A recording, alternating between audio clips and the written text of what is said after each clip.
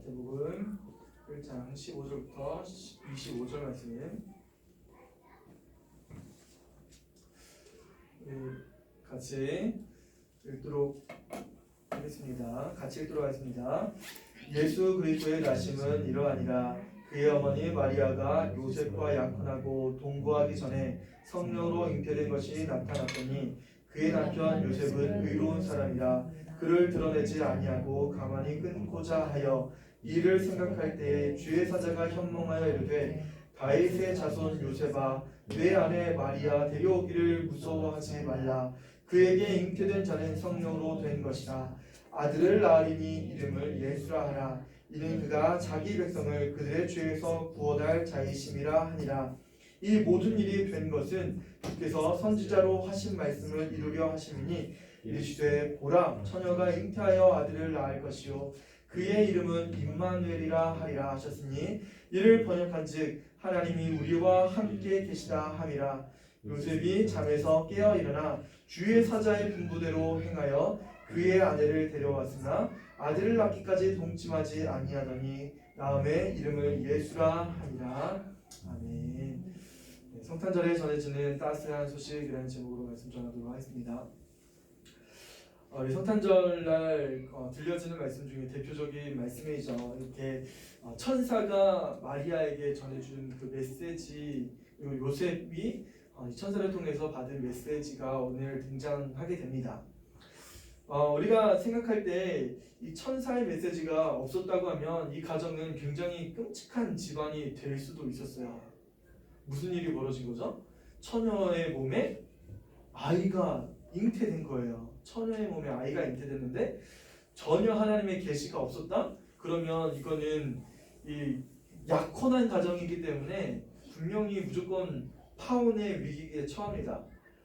그 사람이 너무 좋아서 그냥 결혼한다 쳐도 뭐 이게 누구의 애냐? 뭐 여기서부터 시작해가지고 뭐 평생 결혼해서 살면서도 서로에 대한 불신과 그런 아픔이 가정 가운데 있어서 또한 심지어는 자녀에게까지도 미움과 질투, 엄청난 고통이 도사리는 그런 가정의 모습, 가정의 위기의 모습이 처해져 있는 가정이에요.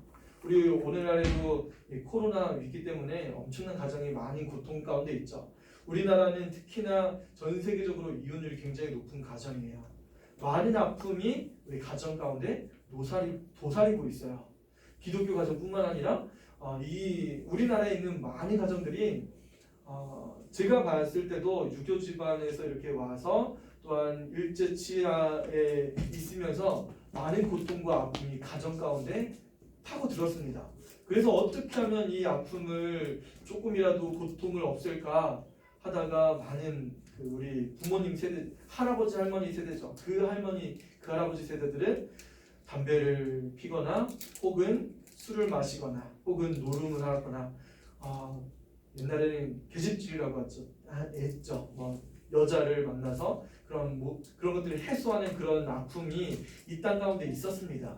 그런 아픔을 해소하려고 하는 그런 행동을 통해서 가정은 더 고통받고 평안의 가정이 없었어요. 전쟁 통해서 아이들은 학교에서 일제시대 때 매맞아 오고 그 나라 말도 못 쓰게 하고 아픔이 우리나라에 많이 있었습니다. 우리나라는 정말 아픔이 많은 나라예요. 정말 끊임없이 고통을 당했던 민족입니다. 그럼에도 불구하고 100년 지난 오늘날 보니까 많은 가정들이 회복되고 있어요. 많은 가정들이 그리스도 예수 안에서 하나님의 사랑을 경험해서 신앙생활을 하고 이 땅의 부흥과 이 땅의 하나님의 나라를 세워나가려고 하는 그런 열심과 노력들이 많이 보여졌습니다.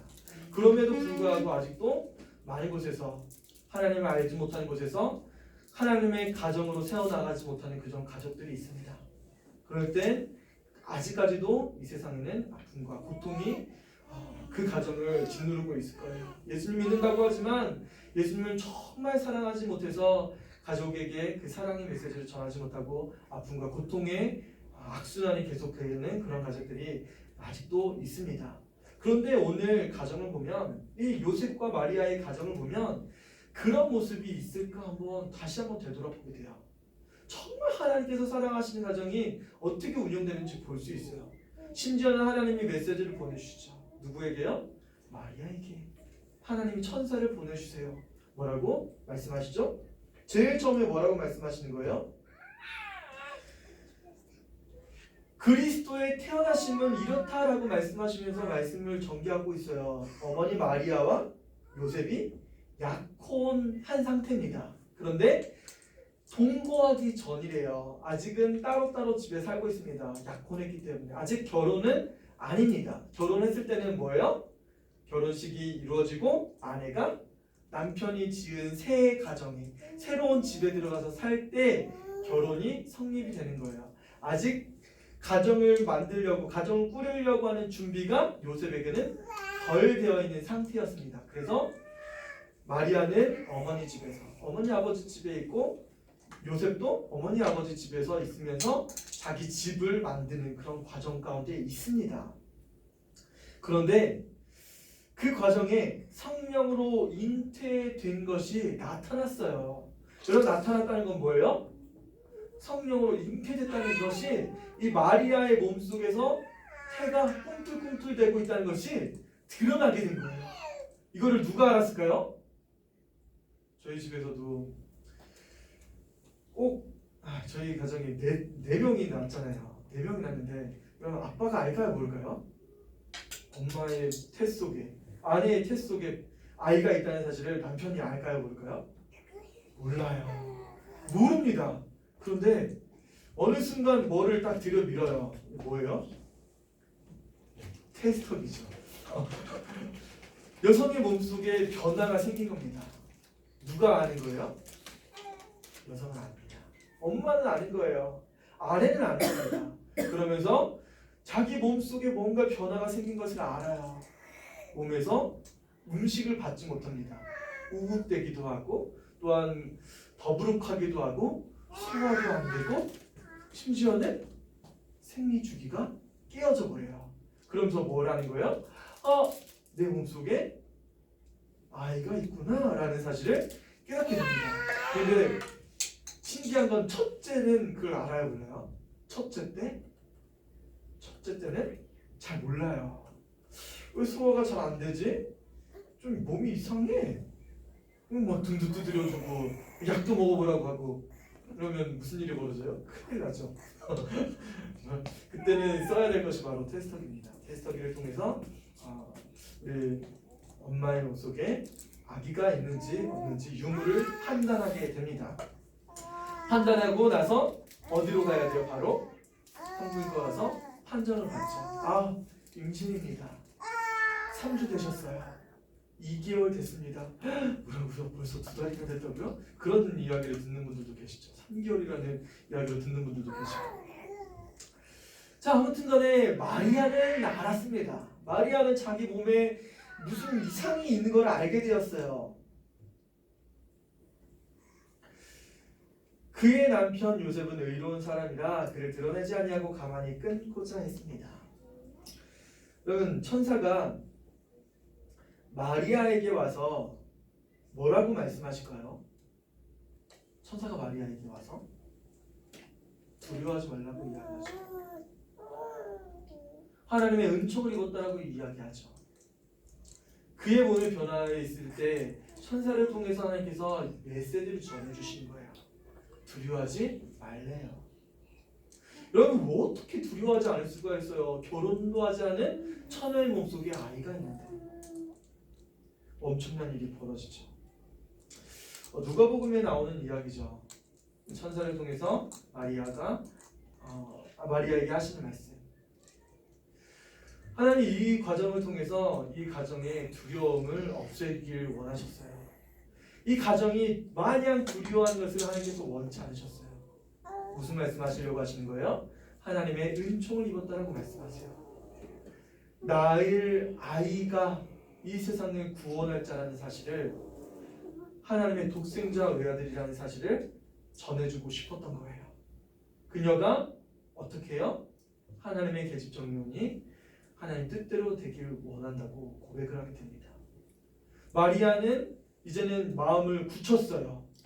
어떻게 이런 일이 나에게 있을 수 있습니까? 거부하던 그녀가 하나님의 나실자 그리스도라는 사실을 알고 나서는 하나님의 뜻대로 되기를 원했습니다. 원한 거예요. 그러면 먼저 한번 생각해 보세요. 나중에 이 여인이 마리아가 요셉이 이 사실을 알게 됐을 때 파혼의 위기가 있다는 사실을 알까요, 모를까요? 알겠죠. 요셉에게 이야기하면 분명히 파혼 당할 거야 라는 사실을 마리아는 깨달았고 알고 있었을 거예요. 그럼에도 불구하고 그녀는 아이를 낳을까요? 아니면 어떻게 파혼을 당하고 뭐 어떻게 할 거를 어떻게 할까요? 감수하는 거예요. 뭘 감수해요? 아이를 낳을 것을 감수합니다. 근데 중요한 건 여기서 나와요. 만약에 파혼되면 무슨 일이 벌어질까요? 파혼되면 다윗의 자손을 통해서 나실 그리스도에 대한 계보가 어긋나요. 틀어집니다. 하나님은 그래서 누구를 부르셨어요? 의로운 사람이라고 남편 요셉을 이야기하시면서 요셉에게 메시지를 전해줍니다. 20절에 보면 주의 사자가 요셉에게 형통합니다. 꿈을 통해서 말씀하시는 거예요. 다윗의 자손 요셉아 라고 말씀하세요. 만약에 파혼당했다면 다윗의 자손이 될 수 있어요? 없어요? 될 수 없어요. 하나님의 계획 가운데 다윗의 자손 요셉이 중요한 역할을 합니다. 굉장히 중요한 역할을 한다는 거예요. 다윗의 자손 요셉아 명확하게 딱 집어서 말씀하세요. 그 계보를 보니까 어디에 있어요? 여기 1장 1절부터 17절까지 이야기가 누구에 대한 계보예요? 누구에 대한 계보예요 이게?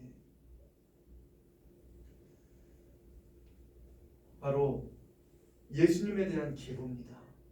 이 예수님에 대한 계보 속에 16절에 보면 야곱은 마리아의 남편 요셉을 낳았으니 마리아에게서 그리스도라 칭하는 예수가 나시니라. 누가복음에서도 이 예수님의 계보가 등장하죠. 누구에 대한 계보예요?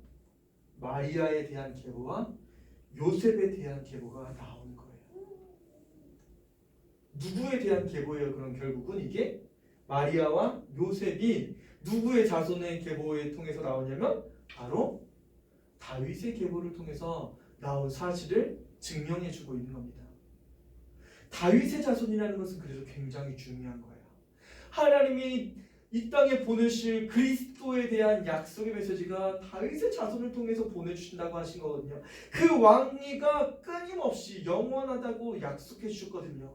그 왕위가 끊어지면 안 되는 거였어요. 하나님 천사를 통해서 요셉이 그 마음속에서 어떤 마음을 가지고 있는지 꿰뚫어 보셨던 거예요. 그 의로운 요셉이 어떤 마음을 가지고 있었대요? 19절에 드러내지 아니하고 가만히 끊고자 하여 라고 말씀하세요. 끊고자 했다는 건 뭐예요? 뭘까요? 끊고자 했다는 것은? 한번 생각해 보세요. 혼전 임신이라고 한번 생각해 보세요. 혼인 전에 마리아가 임신을 했어요. 그렇다고 하면 그 동네 사람들이 그 사실을 알까요? 모를까요? 동네 사람들이 알 거예요. 뭘 알까요? 마리아의 집에 요셉은 안 하는데? 요셉을 한 번도 본 사람이 없어요. 그렇다고 하면 누구를 의심할까요? 사람들이, 동네 사람들이? 당연히 마리아를 의심하겠죠. 이 마리아가 이 수모를 당한 것을 요셉이 원했을까요? 한번 생각해 보세요. 두 번째는 그냥 묻어놓고 결혼하는 거예요. 묻어놓고 결혼한다고 하면 사람들은 알 거예요. 요셉이 아이는 아닌 거고. 그렇다고 하면 유대 율법을 통해서 이 여인은 어떻게 될까요? 남편 있는 사람인데 다른 사람의 아이를 가졌다라고 하면 이 여인은 어떻게 돼요? 돌로 침을 당합니다. 그 자리에서 죽임을 당해도 뭐라고 할 수가 없어요. 그래서 요셉은 어떤 마음을 가졌냐면 파혼을 결정하기로 결심한 거예요. 이렇게 해도 이 마리아가 힘들고, 이렇게 해도 우리 가정이 힘들고, 심지어는 우리 자식도, 태어날 아기도 힘들 거야. 그런 마음속에 파혼을 결정합니다. 무슨 마음을 가지고 파혼을 결정했을 것 같아요? 제 마음속엔 그랬을 것 같아요. 의로운 사람이래요. 이 모든 치부를 마리아에게 넘기려고 하지 않았을 것 같아요. 요셉은 의로운 사람이었기 때문에 내가 다른 사람이랑 내가 다른 사람을 사랑하는데 내가 잘못한 결정을 해서 그랬어요. 그렇게 하면서 내가 이혼 증서를 써주고 그녀는 어떻게 되든지 그녀가 당할 수치 내가 당할 수치 따로따로 합시다. 아마 이렇게 하지 않았을까라는 생각을 해봅니다. 의로운 사람이었고. 그런데 하나님은 그 모든 것들을 원치 않으셨어요. 하나님 무엇을 원하셨던 거예요? 다윗의 자손을 통해서 마리아와 요셉의 가정이 결혼하기를 원하셨어요. 하나님 그 가정을 이어주기를 원하셨습니다.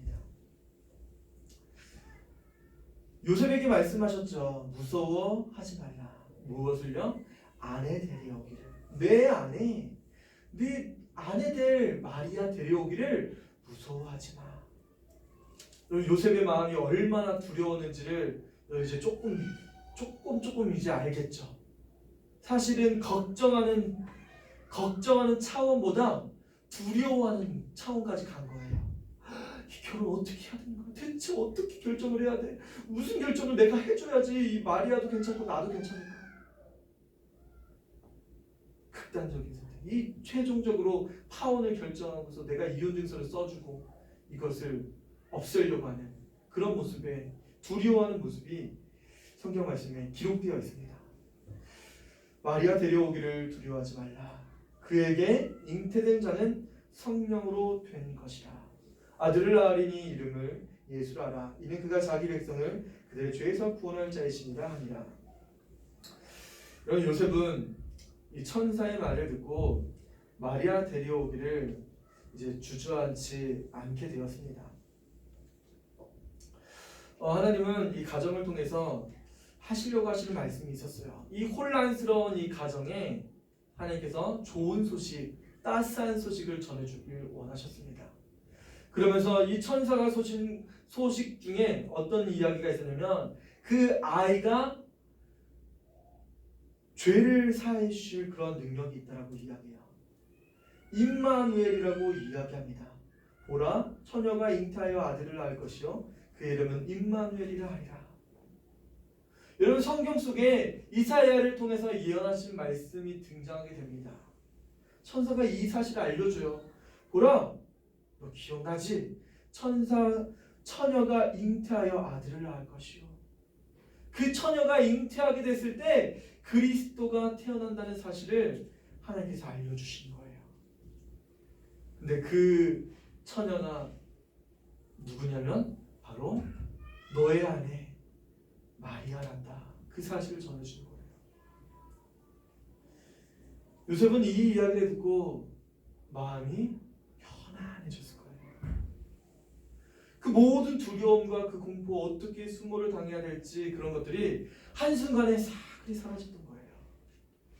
무슨 일이 벌어진 거예요? 하나님의 말씀을 들었던 겁니다. 여러분 두려워하는 그 순간, 공포 가운데 있는 그 순간 여러분 하나님의 말씀 듣기를 여러분 사모하셔야 돼요. 여러분 코로나 이 시대에는 하나님께서 그리스도인들에게 경고하는 거예요.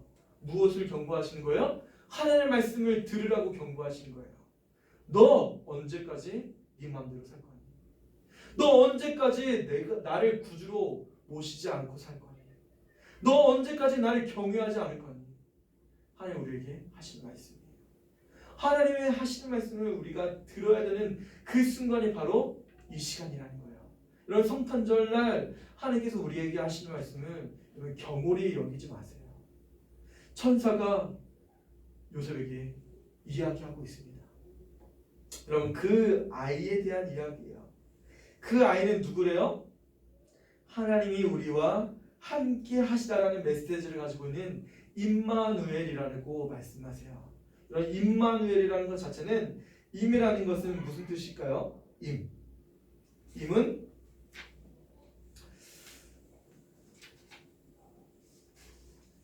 함께라는 뜻입니다. 함께. 마누라는 뜻은 우리와 엘은 하나님이라는 뜻이에요. 함께 우리와 하나님, 함께 우리와 하나님, 하나님이 우리와 함께 하신다는 뜻이에요. 임마누엘, 함께 우리와 하나님, 하나님이 우리와 함께 하신다는 뜻입니다. 여러분, 함께 우리와 함께 하시는 하나님께서는, 우리와 함께 하시는 하나님은 지금 어디에 계실까요? 어디에 계실까요? 하나님 우리와 함께 하시는 거예요. 하나님은 교회에 계세요. 하나님은 저 천국에 계시죠. 그게 아니에요. 하나님 우리와 지금 이 현실에서 나와 함께 동행하시는 거예요. 여러분, 코로나 때문에 힘들죠? 여러분, 경제적인 위기 때문에 힘들죠? 가정의 아이들 때문에 혼란스럽죠? 근데 하나님은 어디 계세요? 혼란스러운 가정에 계세요.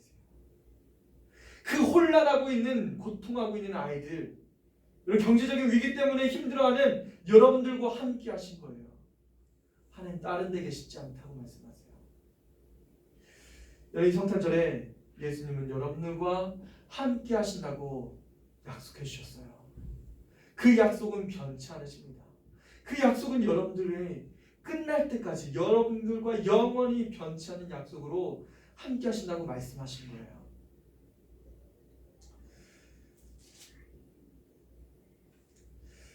예수라는 이름의 의미가 21절에 말씀하시죠. 그가 자기 백성을 그들의 죄에서 구원할 자이심이라고 말씀하시죠.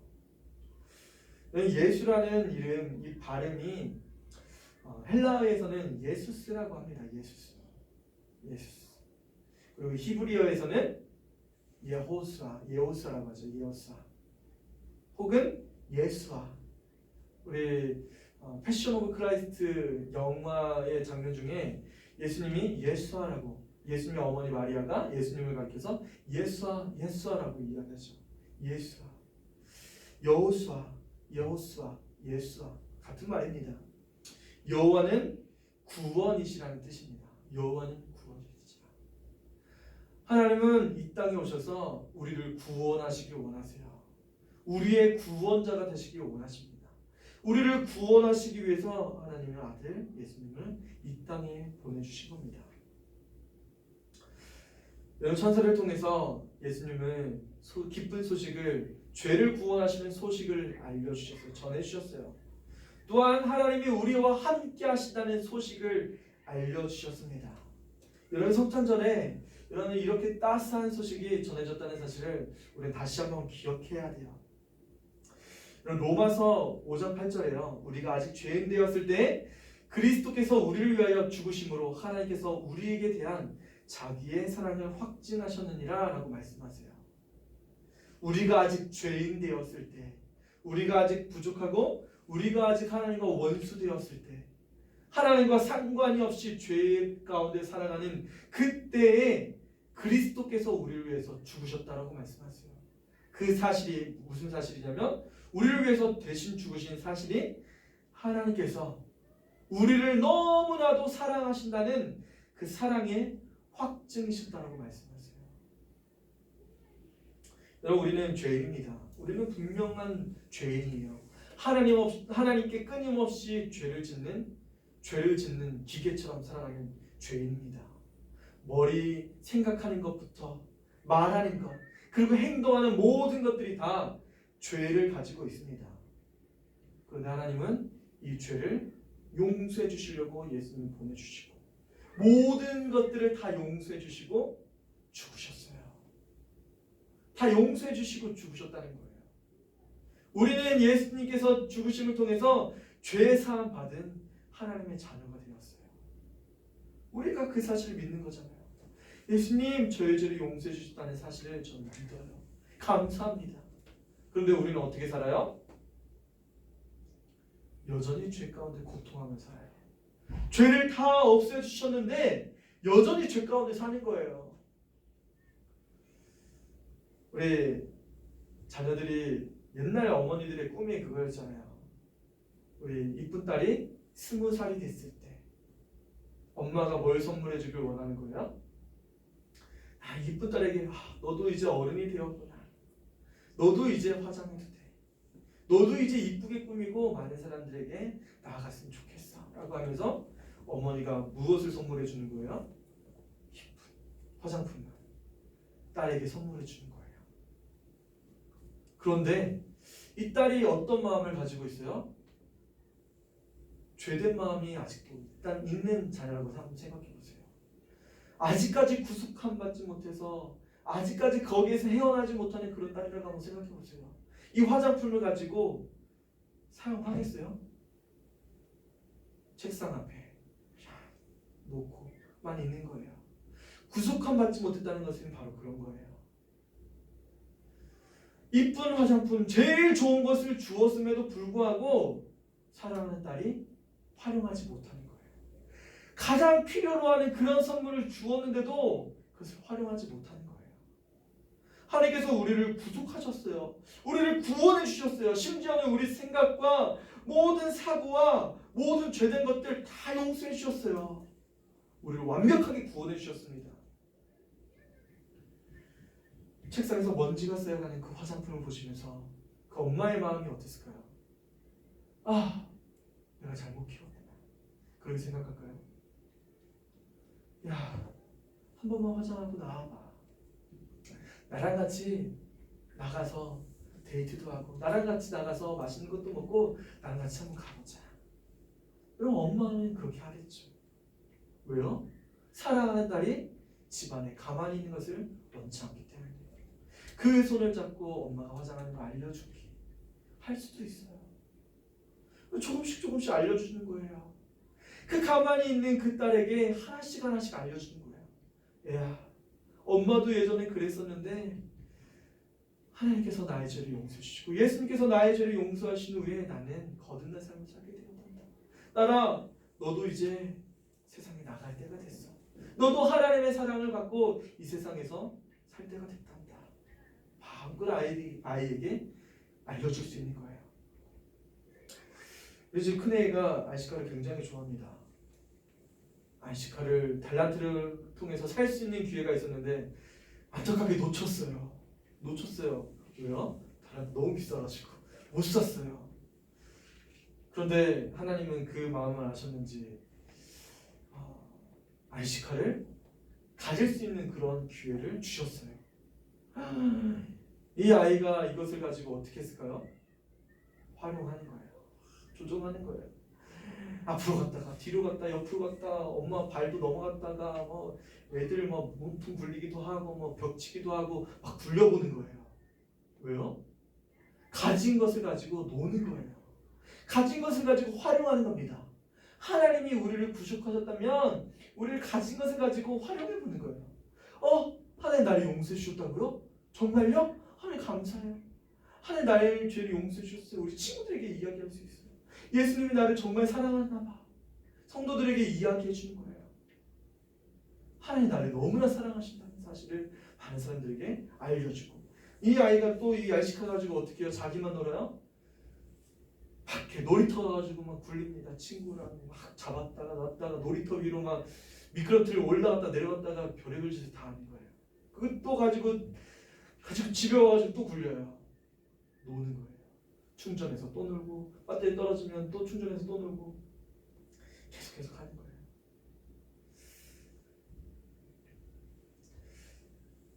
여러분 우리는 죄의 굴레에서 벗어난 기쁨으로 살 수 있습니다. 우리가 이 죄에서 벗어났을 때 우리에게 포용력이 생깁니다. 하나님께서 나의 죄를 용서해 주셨다는 그 마음이 있으면 우리는 포용력이 생겨요. 다른 사람을 포용할 수 있는 그런 능력이 생깁니다.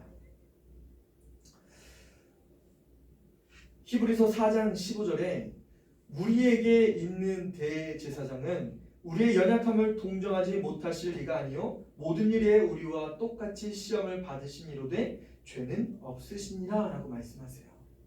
예수님은 우리와 똑같이 연약함을 가지고 계신 분이세요.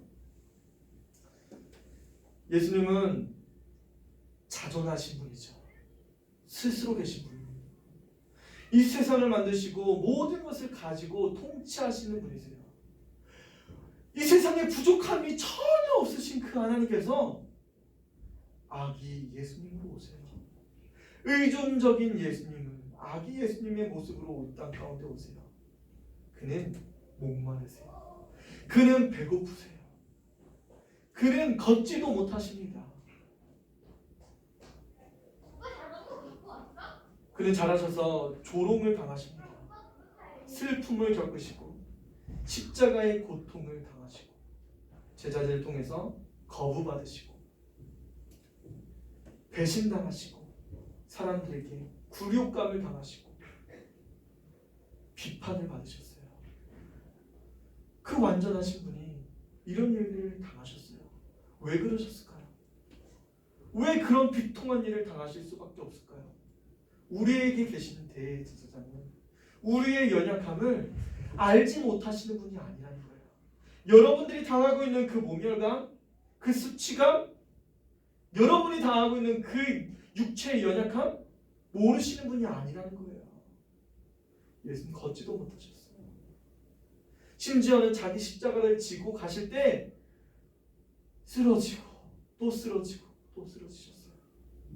자기 혼자는 자기 십자가를 지고 가실 수도 없을 만큼 힘들고 고통스럽고 목마르셨던 분이세요. 갈증이 날 때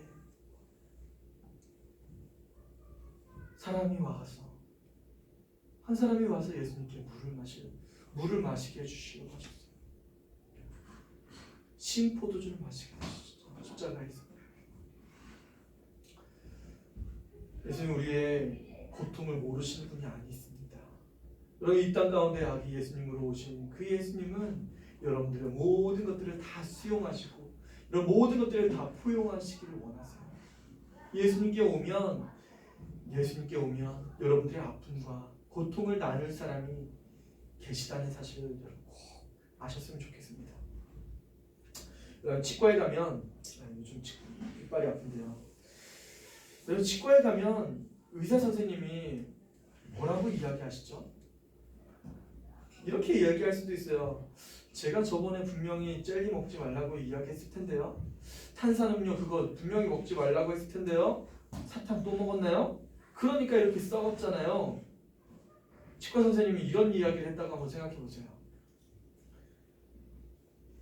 누워져 있는 상태에서 입을 크게 벌리고 있어요. 그런 이야기를 하면서 제 이빨을 치료하고 있다고 한번 생각해 보세요. 이빨이 아플까요? 고통스러울까요? 안 아플까요? 여러분 어떨까요? 엄청나게 고통스러우면서 아플 것 같아요. 너무나 힘들 것 같아요. 반대로 이빨이 많이 썩으셨네요. 저번에 왔을 때보다 정말 많이 썩으셨네요. 어떡해요? 정말 많이 아프셨을 텐데 어떻게 이 아픔을 견디셨어요? 이런 이야기를 한다고 하면 그럼 어떻게 했어요? 의사가 내 마음을 공감해 주는 거예요. 나의 상황을 공감해 준다고 한번 생각해 보세요. 그러면서 그 사랑의 손길로 내 이빨을 치료해 준다고 생각해 보세요. 치료를 받을 때 아픔을 감수하겠어요? 안 하시겠어요? 감수하면서 이분은 정말 따스한 마음으로 이빨을 치료하시는 분이구나. 다른 사람에게도 알려주고 이 치과에 가면 너무 좋아. 잘 치료해주고 너무 좋더라. 원장님이 너무 좋더라. 치과의사 선생님이 너무 좋더라. 그런 이야기를 하지 않겠어요? 이런 같은 마음으로 이런 교회는 영적인 생명을 다루고 있습니다. 여러분의 판단 기준이 어떤 건지 모르겠어요. 하나님의 기준이 있고 여러분들이 교회를 다니는 기준이 있을 겁니다. 이런 마음을 공감하고 치료해주는 그런 교회가 있고 마음을 찌르고 고통하고 아프게 하는 그런 교회가 있을지도 모르겠어요. 여러분 분명히 하나님의 기준은 다를 겁니다. 여러분이 교회를 다니는 기준도 다를 겁니다. 여러분 분명히 그럼에도 불구하고 교회는 우리가 신앙의 끈을 놓지 말아야 되는 그런 곳이 바로 교회입니다. 여러분 공동교회는 하나님께서 우리에게 맡겨주신 영혼들을 위해서 기도합니다. 간구합니다. 우리가 분명히 부족함이 있고 연약함이 있을 수도 있어요. 그럼에도 불구하고 우리 교회는 어린이 청소년들을 사랑해서 끊임없이 어린이 청소년들에게 하나님의 사랑을 증거하고 나타내려고 합니다. 그래서 하나님의 사역을 같이 동참할 수 있는 사역자들, 또한 교사로 헌신할 사람들을 원하고 있습니다. 하나님이 원할 때 하나님께서 사역자를 부어주시고 인도하실 거라고 믿고 있어요.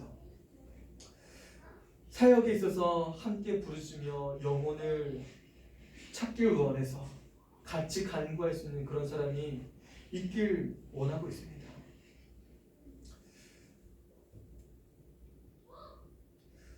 황금보다는 사역에 더 집중할 수 있는 그런 교회가 되길 원하고 있어요.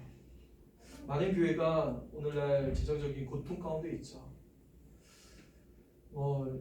교회 임대료를 내지 못하고 또한 교회 사역자들의 사역비를 드리기 위해서 고통하고 있는 그런 사역지와 그런 교회들이 많이 있습니다. 그럼에도 불구하고 저희 교회는 헌금보다는 사역에 집중하려고 해요. 또한 우리 어른 사역을 잘 못할 수도 있지만 하나님께서 우리에게 영혼 구원의 사역, 또한 어린 영혼들을 케어하고 돌보고 그 어린아이 다음 세대를 길러서 하나님과 함께 할 수 있는 그런 세대가 되길 원하고 간구하고 있습니다. 2021년에 우리 교회가 나아가야 될 방향이에요. 이런 성탄절을 통해서 우리에게 따스한 소식이 전해졌습니다. 하나님께서 우리에게 하시는 말씀들이 있을 거예요. 천사를 통해서 마리아에게, 요셉에게 가정이 연합해서 결혼하라고 말씀하셨어요. 두려워하지 말라고 말씀하셨어요. 어떤 아픔과 고통이 있을지라도 그것을 수반하고 이길 수 있게 하나님께서 직접적으로 그들에게 말씀하셨어요. 교회에 하시는 말씀이 있습니다. 교회에 하나님의 사역을 하라고 영혼들을 보내주시고 그들을 훈련시켜서 하나님의 사역을 같이 동참하길 원하시는 하나님의 마음이 우리 가운데 있습니다.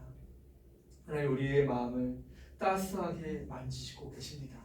하나님이 우리의 연약함을 알지 못하시는 분이 아니세요. 아들 예수님을 보내주시고 우리가 그 모든 것들을 다 경험하셨던 예수님을 경험하기 원하시는 거예요. 우리가 고통할 때 예수님의 그 고통을 함께 나누게, 우리가 아파할 때 하나님의 아픔을 느끼길, 하나님이 우리를 위해서 고통하고 아파하셨던 것들을 느끼길 원하십니다. 하나님 너무나 감사합니다. 우리 성탄절을 앞두고 우리가 예수님의 그 따스함을 알게 되었습니다. 하나님의 사랑을 우리가 더욱더 알기 원합니다.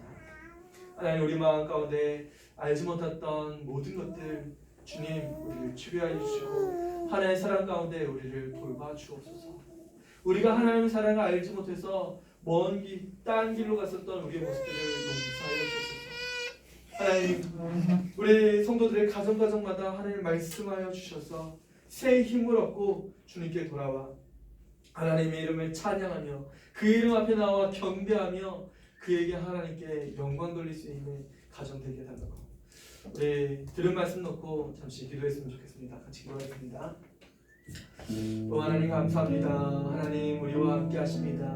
하나님 우리를 버리지 아니하시고 그 위기 가운데 있었던 그 가정을 구원하시기 위해서 하나님 그 가정에 천사를 보내주셔서 말씀하셨습니다. 하나님 직접적으로 말씀하셨습니다. 평안할지어다. 하나님 두려워하지 마라. 하나님 너의 가정이 그리스도가 나신 것이다. 그는 임마누엘이 되어서 이 세상의 구주가 되신 것이다. 우리와 함께 하실 것이다. 모든 성도들의 죄를 용서하실 것이다. 이 세상의 죄를 용서하시려고 보내신 분이라는 사실을 알려주셨습니다. 한 가정의 기쁨이 아니라 온 세상에 전할 기쁜 소식이라는 사실을 알려주셨습니다. 하나님 감사합니다. 나에게만 하시는 말씀이 아니라 온 세상에 이 기쁜 소식이 선포되고 전파되었습니다. 그 사실을 듣고 나아갈 수 있게 주님 도와주옵소서. 온 세상이 기뻐하고 즐거워하는 이 성탄절, 가정에서 고통하지 않게 하시고 저에게 나와 예배하며 경배할 수 있게 주님 도와주세요. 하나님께 나와